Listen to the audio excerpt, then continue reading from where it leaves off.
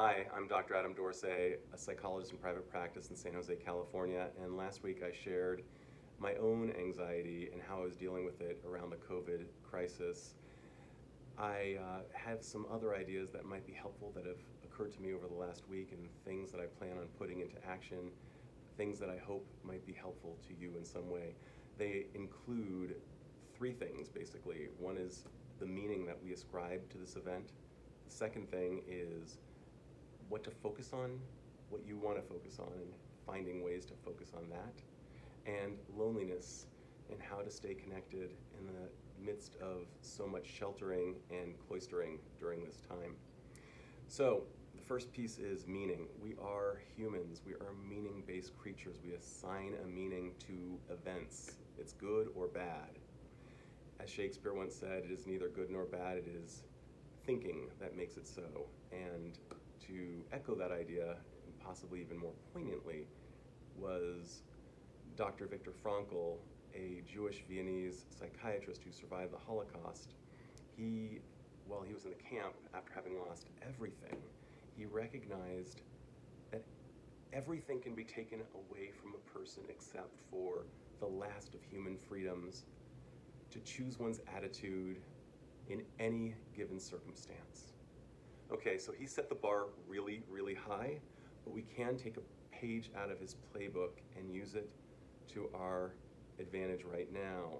What meaning do you wish to assign to this crisis?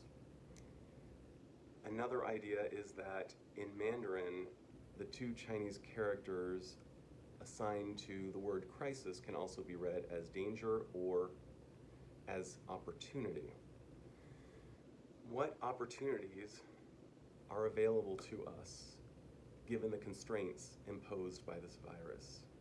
Now, this is obviously by no means the opportunity that any of us has wanted. I certainly did not want this opportunity, but this is the opportunity we have. It's not the opportunity we want, but it is the opportunity that we have, which leads us to the big three. Figuring out what to focus on during this time, and I'm choosing three things.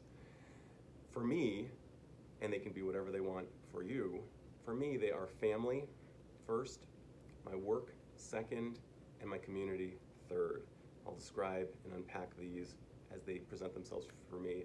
Of course, tailor this as you would for yourself, and it might even just be a big two or a big one. But in terms of my family, my first obligation is to keep myself healthy so I can attend to their safety and well-being, both physically and emotionally.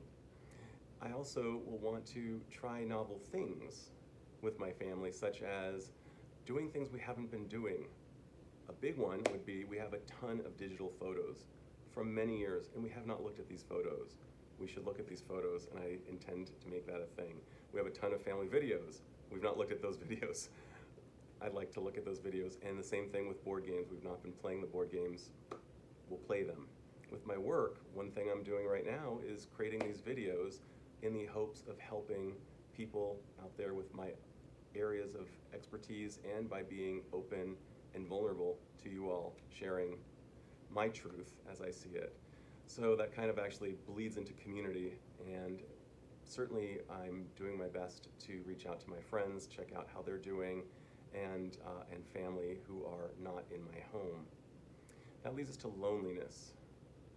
Loneliness is dangerous, and the sad irony is the thing that we need the most right now, which is human connection and human touch, is the thing that could spread the disease the most.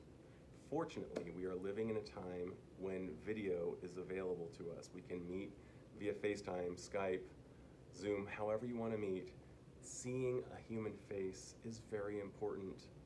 We are mammals that are used to seeing faces, and so not seeing faces, especially if we're sheltered, can be dangerous. Make it a point to reach out, especially if you're not the type of person who ordinarily reaches out. Hit Control-Alt-Delete, do a system override, reach out and talk to somebody. Even make it a regular thing. Say to your friend, hey, listen, let's meet every Tuesday night at 8 p.m.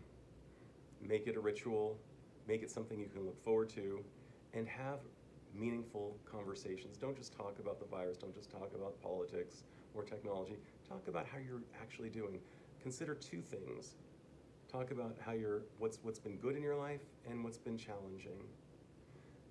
That will at least ensure that the quality of the connection is deeper and more satisfying at the end. The second option, of course, is by phone. Phone is number two. It's fine. It's not as good as seeing somebody face to face, but it's good. You hear the voice. That is very soothing and comforting. A distant third would be either text or email. Better than nothing, for sure. But something less optimal than the former two choices. In any case, I hope that you are all doing well during this time. I hope that you find this useful in some way, and please stay safe and healthy. All the best.